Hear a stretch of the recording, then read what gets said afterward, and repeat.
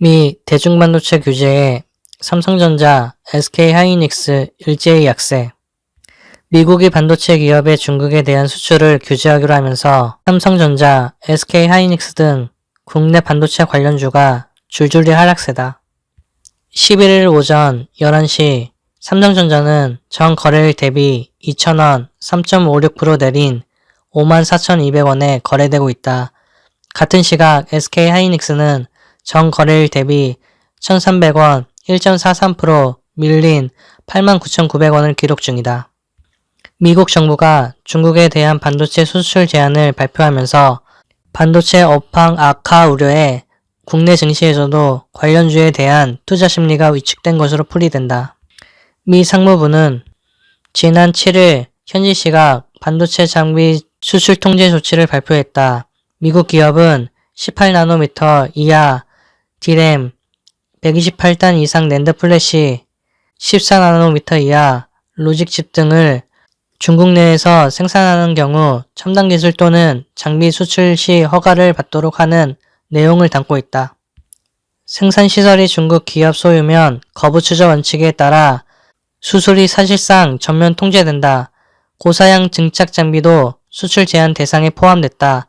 다만 중국 내 다국적 기업에는 사안별 심사를 통해 수출 허가 발급을 받을 수 있다.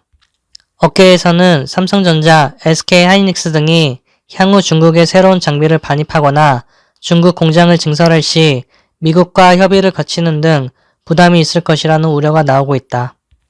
해당 조치로 지난밤 미국 증시에서 미국 반도체 업체의 주가는 일제히 내림세를 보였다.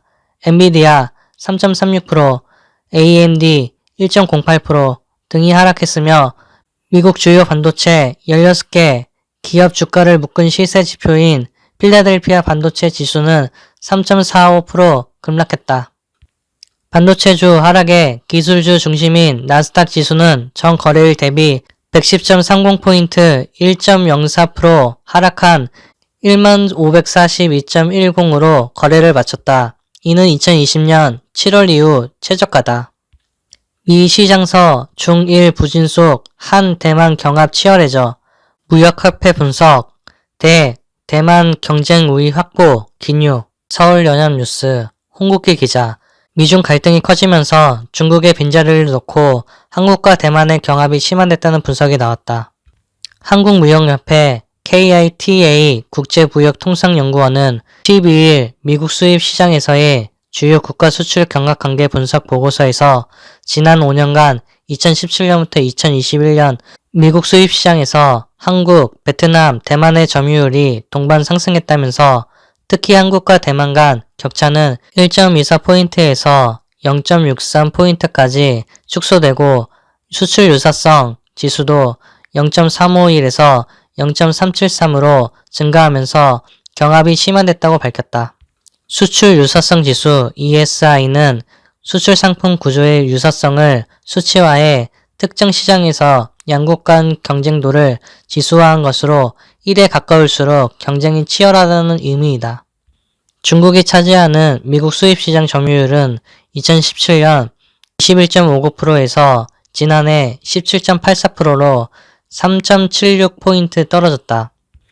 일본의 경우 점유율이 같은 기간 5.83%에서 4.76%로 1.07% 하락했다. 중국과 일본은 한국과의 수출 유사성 지수도 같은 기간 하락세를 나타내며 각각 0.086포인트, 0.039포인트 내렸다. 반면 베트남의 미국 수입시장 점유율은 이 기간 1.99%에서 3.60%로 아시아 주요 5개국 가운데 가장 높은 증가세 1.61%포인트를 보이며 2020년을 기점으로 한국을 추월했다. 그러나 주요 수출 품목 구조가 상이해 지난해 기준 한국과의 경합도 수출 유사성 지수 0.189는 낮은 것으로 평가됐다. 특히 한국은 반도체, 자동차 등 주력 품목에서 미국 내 점유율을 늘리며 선전한 가운데 반도체 분야에서 대만과의 경합도가 상승한 것으로 나타났다. 지난 5년간 미국의 중국산 반도체 수입이 급감하는 사이에 한국과 대만의 점유율은 각각 5.34%포인트, 3.82%포인트 늘었다고 보고서는 전했다. 한국과 대만의 수출 유사성 지수는 0.480에서 0.575로 상승했다. 이는 2018년 미국의 대중 추가 관세 영향으로 메모리 모듈 수입선이 중국산에서 한국 대만산으로 전환된 데 따른 것이라고 보고서는 설명했다. 미국의 메모리 반도체 수입 87.6%가 칩이 아닌 모듈이어서 한국 기업들은 모듈 생산에 특화된 대만의 서드파티 기업과 경합하는 것으로 분석된다. 서드파티 기업이란 반도체 칩을 직접 제조하지 않고 외부로부터 칩을 공급받아 모듈화해서 판매하는 업체로 대부분 대만계 기업이 장악하고 있다. 아울러 한국은 대미 최대 수출 품목인 자동차 부문에서 주요 경쟁국인 일본과의 격차가 축소됐다. 일본의 미국 자동차 수입 시장 점유율은 2017년 17.48%에서 지난해 15.25%로 2.23%포인트 감소했지만 같은 기간 한국의 점유율은 6.94%에서 8.41%로 1.47%포인트 증가했다. 이로써 양국 점유율 격차는 2017년 10.54%포인트에서 2021년 6.84%포인트로 작아졌다. 올해 상반기 1, 6월 기준 일본의 미국 내 점유율은 13.6%, 한국은 8.57%로 점유율 격차 5.03%포인트는 더 축소됐다. 특히 고부가 가치 차종인 스포츠 유틸리티 차 SUV를 중심으로 차종이 다양화되고 프리미엄 브랜드 판매가 호조를 나타내는 결과로 풀이된다. 조상현 무역협회 국제무역통상연구원장은 미중 분쟁 이후 대만과의 수출 경합이 치열해지고 있어 대만 대비 경쟁 우위를 점하기 위한 첨단 기술 경쟁력 확보, 품목 다변화 노력이 절실하다면서 미국의 중국 배제 움직임과 우리의 시장 점유율 확대에 따라 부정적 영향이 최소화되도록 미국과 긴밀한 통상협력 체계를 구축해야 할 것이라고 강조했다. 성큼성큼 반도체 겨울, 제조업 저성장 짙어진 그림자. 옥죄는 대의 변수, 우울한 기업, 글로벌 반도체 시장 성장률 급락세, 기업들 실적 전망에도 빨간불 켜져, 자동차, 철강, 미중 리스크, 중대 변수, 경기 하방 압력, 5년간 2% 성장 우려. 기업들이 3분기 실적 발표 시즌에 돌입한 가운데 반도체를 비롯해 자동차, 철강, 화학 등 성장세 둔화에 빠진 제조업이 올해에 이어 내년까지 저성장 국면에서 탈출하기 어려운 것으로 전망된다. 삼성전자의 3분기 어닝 쇼크를 시작으로 전 세계 경기 침체 여파가 우리 경제의 동력인 제조업 전반으로 확산되고 있다는 우려가 커지고 있다.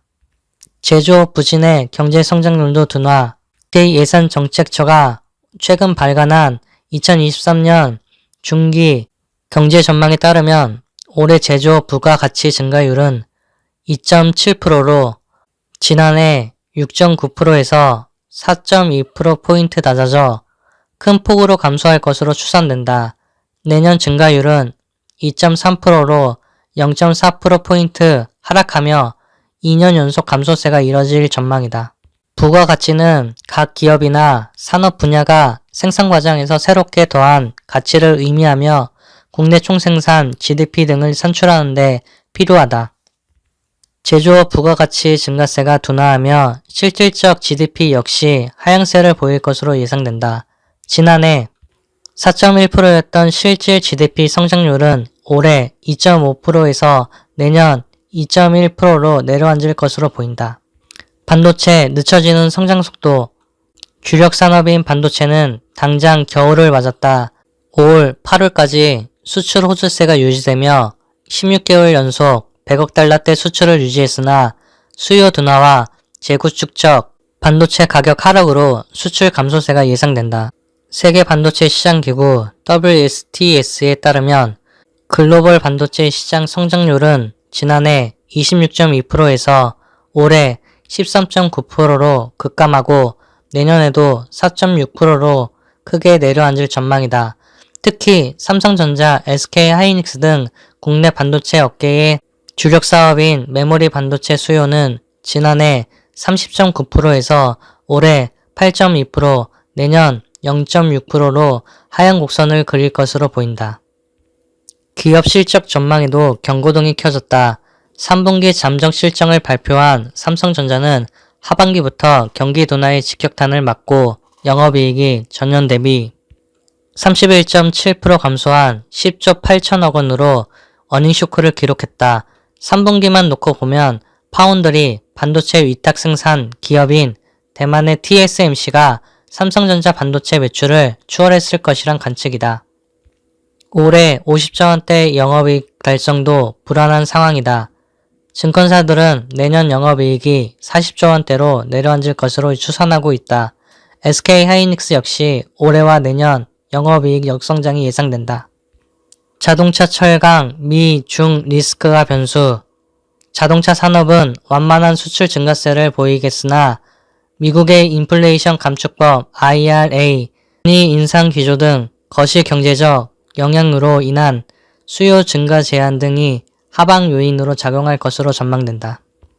현대차와 기아의 경우 3분기 사상 최대 실적이 예상되지만 지난달 전기차 판매량은 미국 IRA 법의 영향이 일부 반영된 것으로 나타났다.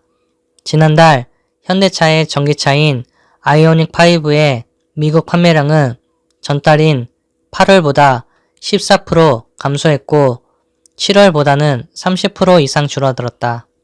두 차량은 모두 한국에서 생산돼 IRA 법의 세제 혜택에서 제외된다.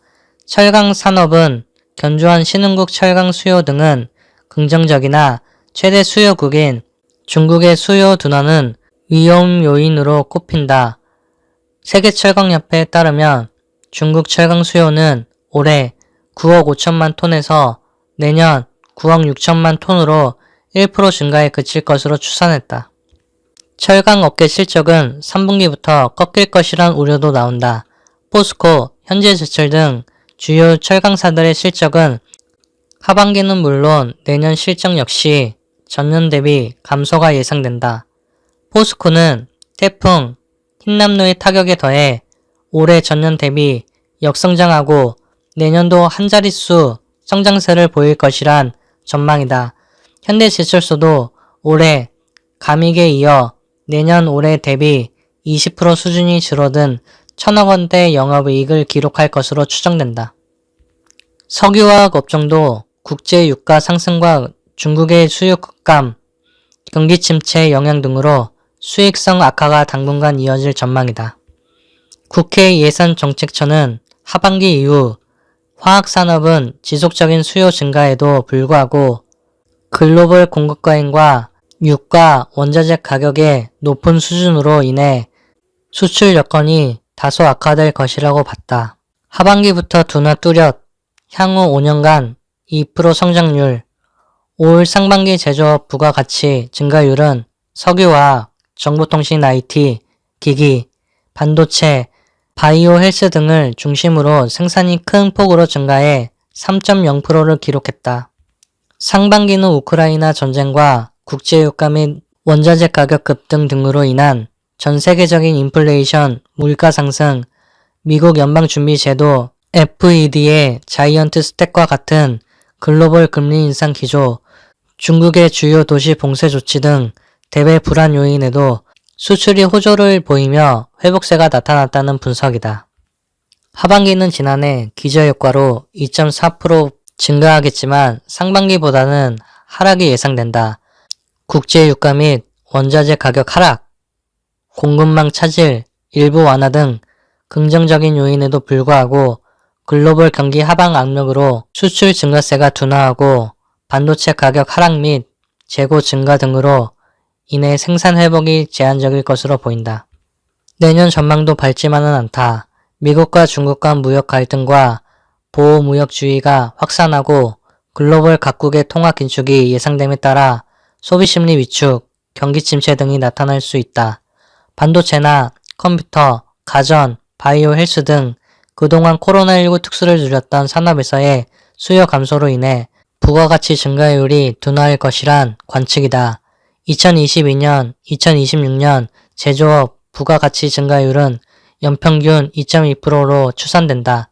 지난 5년 2017년에서 2021년 2.5%보다 0.3%포인트 낮은 수준이다. 국회 예산정책처는 제조업은 세계 경제의 불확실성 확대로 올 하반기부터 성장률이 점차 낮아져 내년까지 영향을 미칠 것이라며 2024년 이후에는 우리 산업의 고도화로 제조업 성장이 정체되는 구조적 저성장 국면에 진입해 2% 초반의 성장률을 나타낼 것으로 내다봤다. 문영규 기자.